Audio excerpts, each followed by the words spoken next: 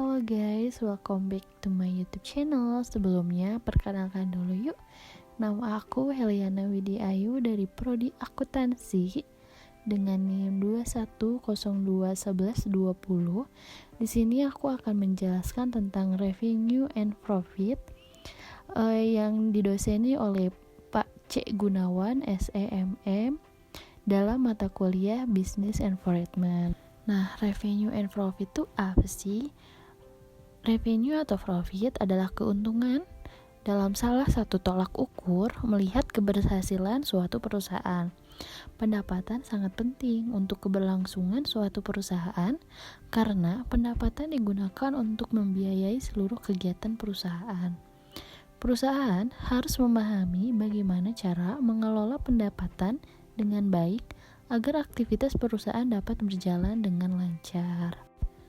Tujuan aku menjelaskan materi ini, yang pertama untuk mengetahui hubungan antara pendapatan dan keuntungan, kedua untuk mengetahui cara mengukur keuntungan, ketiga untuk mengetahui pengaruh output terhadap pendapatan, dan yang terakhir untuk mengetahui kondisi perusahaan yang kemungkinan untuk berhenti. Perbedaan revenue and profit. Revenue merupakan pendapatan sebelum adanya pengeluaran, sedangkan profit pendapatan setelah semua menghitung pengeluaran. Cara menghitung revenue, yang pertama total revenue, harga bunga dikali jumlah produksi.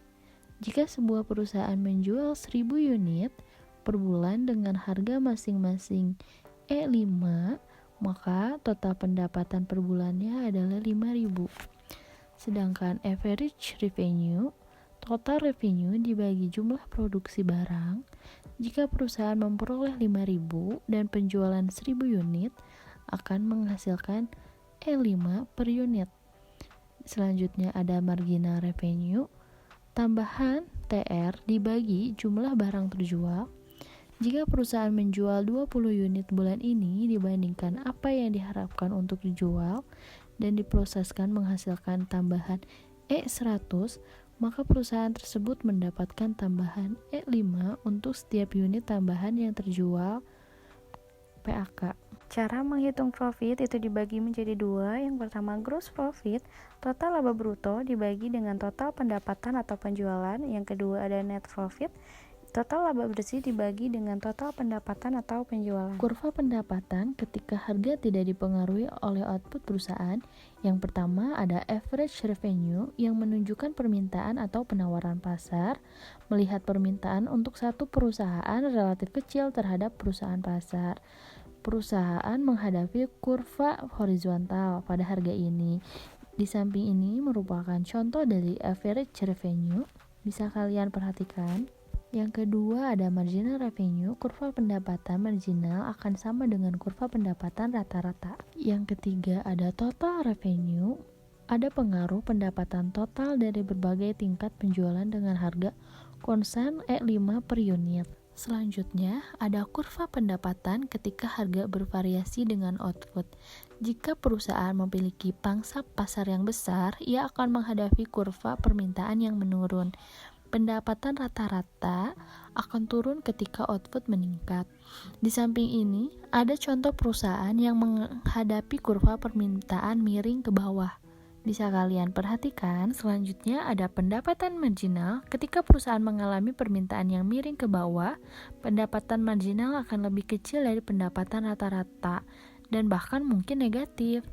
Di pinggir ini ada contoh elastis ke titik kiri dan tidak elastis ke titik kanan. Selanjutnya ada pendapatan total. Saat pendapatan marginal menjadi negatif, maka pendapatan total akan turun.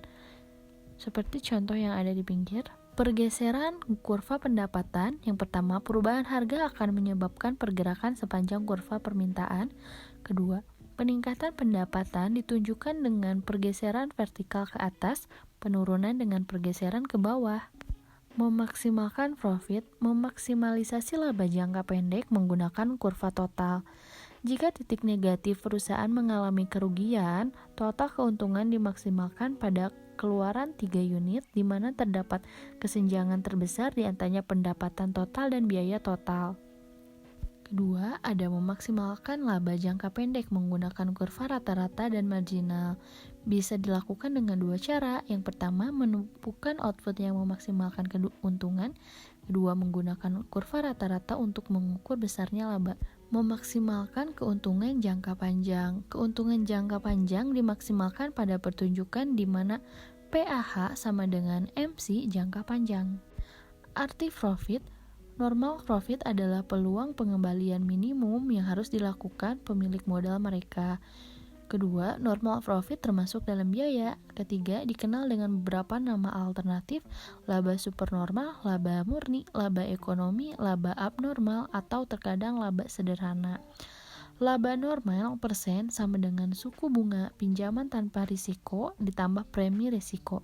Meminimalkan kerugian. Mungkin tidak ada output dari nama perusahaan dapat menghasilkan laba. Dalam hal ini dikeluarkan dengan PAK sama dengan MC adalah keluaran yang meminimalkan kerugian. Berhentinya produksi. Produksi masih akan bisa berjalan jika perusahaan masih bisa membayar biaya. Produksi dihentikan jika perusahaan berada di shutdown point. Kesimpulan dari materi yang saya sampaikan adalah pendapatan dan keuntungan memiliki hubungan karena laba perusahaan akan dimaksimalkan pada titik di mana ada kesenjangan terbesar antara total pendapatan dan total biaya. Cara menemukan titik keuntungan maksimum adalah dengan mencari output di mana pendapatan marginal sama dengan biaya marginal. Setelah menemukan output ini, kita dapat menemukan pengembalian maksimum dengan mencari keuntungan rata-rata AR dibagi AC dikalikan dengan tingkat output. Dalam jangka pendek, perusahaan akan tutup jika mereka tidak dapat menutupi biaya variabelnya. Sekian materi yang dapat saya sampaikan. Saya Heliana Widya Ayu pamit undur diri. Terima kasih. Sampai ketemu lagi di channel berikutnya.